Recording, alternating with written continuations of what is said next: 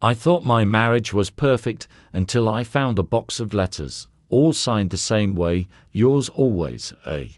That's when the cracks began to show.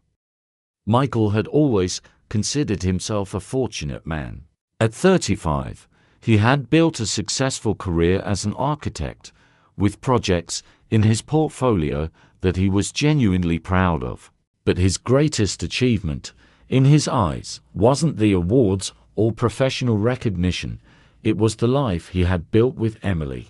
They had been married for 8 years, and those years seemed like a continuous stream of warm memories, a cozy home with wide windows where the morning sun spilled in softly quiet evenings by the fireplace, cooking dinner together while laughing at inside jokes only they understood, summer trips to the coast, where he held her hand and gazed out at the endless line of the horizon.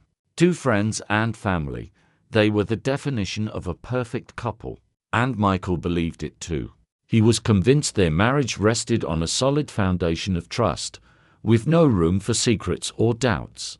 They shared everything: joys, hardships, dreams for the future.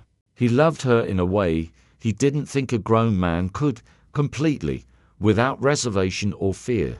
Emily wasn't just his wife, she was his home, his safe harbor in the stormy sea of life. He never imagined that behind this perfect picture was a small, almost invisible crack, one that was quietly growing, waiting for the day it would shatter everything he thought was unbreakable.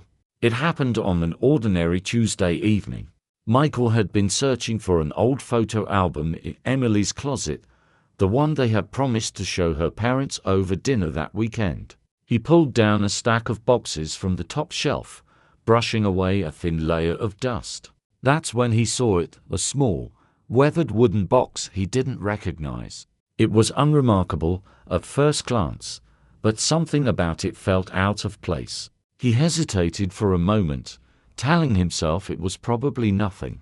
A box of keepsakes, perhaps. But curiosity whispered louder. The lid creaked softly as he opened it. Inside was a neatly tied bundle of letters, their envelopes yellowed with age, edges softened from being handled many times. His brow furrowed as he noticed the handwriting, not Emily's. One by one, he turned them over, his fingers tracing the ink. Each was signed with the same phrase, yours always, A strange tightness gripped his chest. He glanced at the dates. The earliest was just a few months after their wedding, the latest only 3 weeks ago. The letters covered nearly the entirety of their marriage. For a long moment, he just stood there, the weight of the box in his hands feeling heavier than it should. The warmth of their fireplace evenings, the gentle mornings, the laughter, all of it suddenly felt fragile, as if he had been living inside a glass world without realizing how thin the walls were. He wanted to believe there was an explanation. He needed to believe it. But deep down, in a place he couldn't quite silence, something told him this was the first crack in everything he thought was unshakable. At first, Michael tried to calm himself. They could be from years ago, he told himself. Maybe from before we even met. Maybe A was just some youthful mistake she kept for sentimental reasons. But that fragile reassurance shattered when he looked again at the letters. One envelope bore a date from only a month ago. The ink was fresh, the paper crisp. For days, he said nothing. Instead, he began to notice things he had never paid attention to before.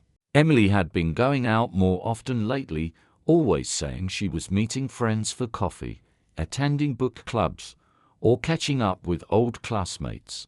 It was the way she returned home that gnawed at him.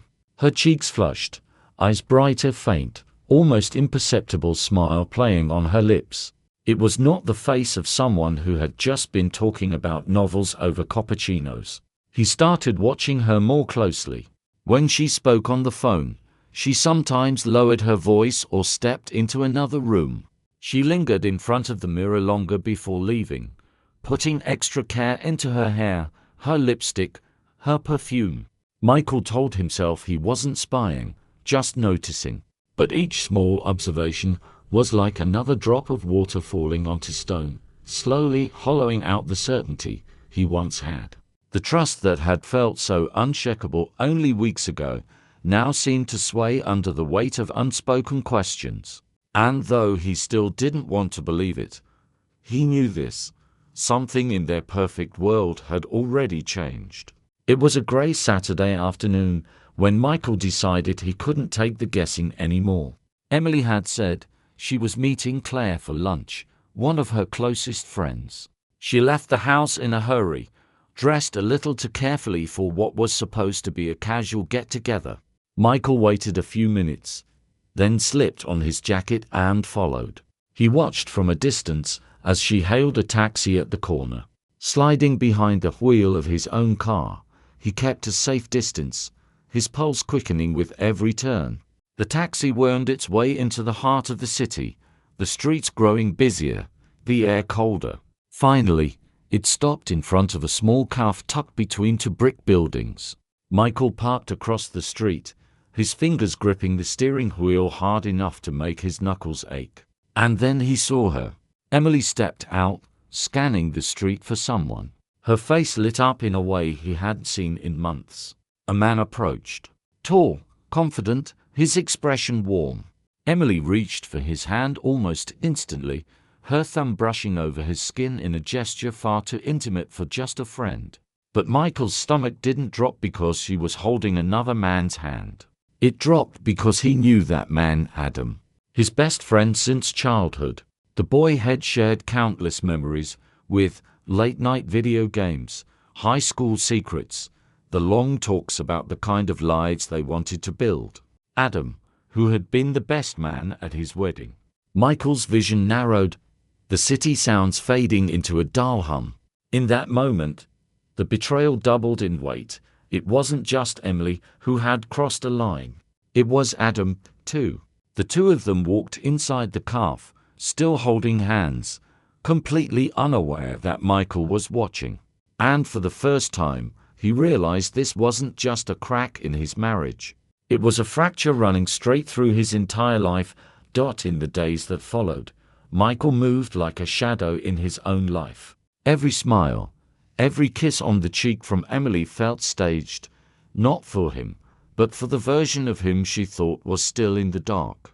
He started collecting pieces of the truth, quietly, methodically. Photographs from his phone of Emily and Adam at the cafe, copies of the letters from the wooden box, scanned and saved. Recordings of phone conversations, muffled but clear enough to capture the tone in her voice, soft, warm, the way she used to speak to him years ago. By the end of the week, he had a small arsenal of proof, but he didn't want a private, whispered confrontation. No, he wanted them to see each other's faces when the truth was dragged into the light. So he planned it. He invited Adam over under the pretense of needing help with some old renovation plans. Told Emily he had ordered in dinner for the three of them, just like the old days. When they arrived, neither seemed suspicious. Emily offered Adam a glass of wine. Adam smiled politely, avoiding Michael's eyes for more than a second at a time. Michael waited until they were all seated in the living room. Then, without a word, he placed a stack of printed letters on the coffee table.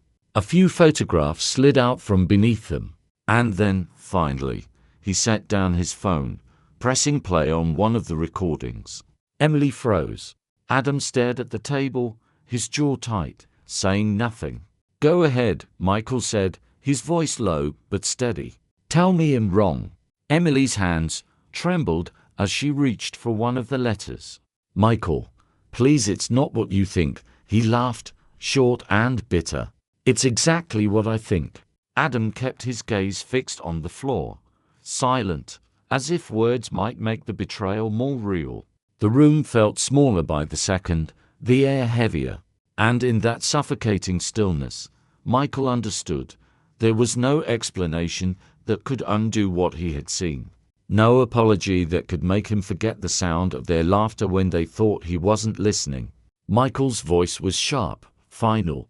I'm done, he said, rising from his chair. Both of you, out of my house, out of my life. Emily's eyes widened in panic. She stepped toward him, but he held up a hand to stop her. "Michael, wait," she pleaded, her voice breaking. "You don't understand. It's not what you think." He almost laughed. Had heard that line before, from people caught red-handed. But there was something in her eyes now, a desperate urgency that made him hesitate, if only for a second.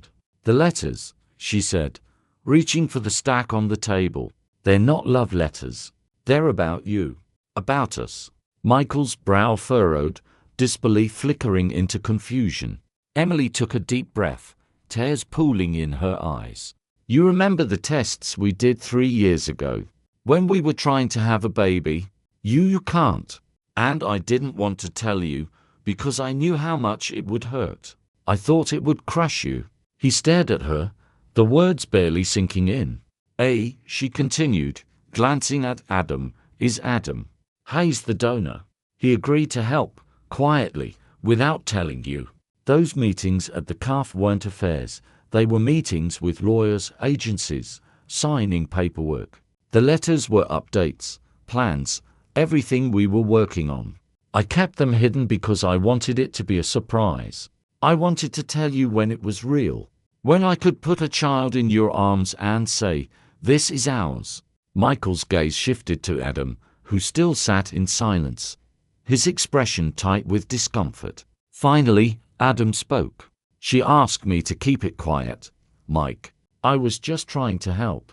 I thought it was what you'd want too." The room fell into a thick, uncertain silence. The betrayal Michael had felt only minutes earlier now collided with a storm of guilt, shock, and relief. Part of him wanted to scream at them for hiding something so monumental. Another part wanted to believe that all of it, was an act of love, not betrayal. For the first time in weeks, he didn't know what to feel. Michael sat on the edge of the couch long after the words had stopped. The storm inside him was unlike anything he had ever felt, relief tangled with hurt, gratitude laced with betrayal. No affair, no secret romance, but there had been secrets all the same. Secrets that had nearly torn everything apart. Emily sat across from him, her eyes red, her hands twisting in her lap. Adam had already left, the front door clicking shut behind him, leaving the two of them in a silence that was heavy but no longer hostile. "I should have told you," she whispered. "Yes," Michael said quietly.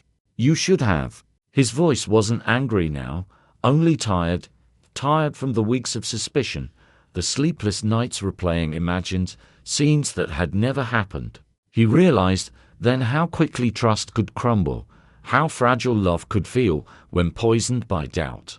If he had confronted her differently, if he had walked away before hearing the truth, their marriage might have ended over something meant to bring them closer.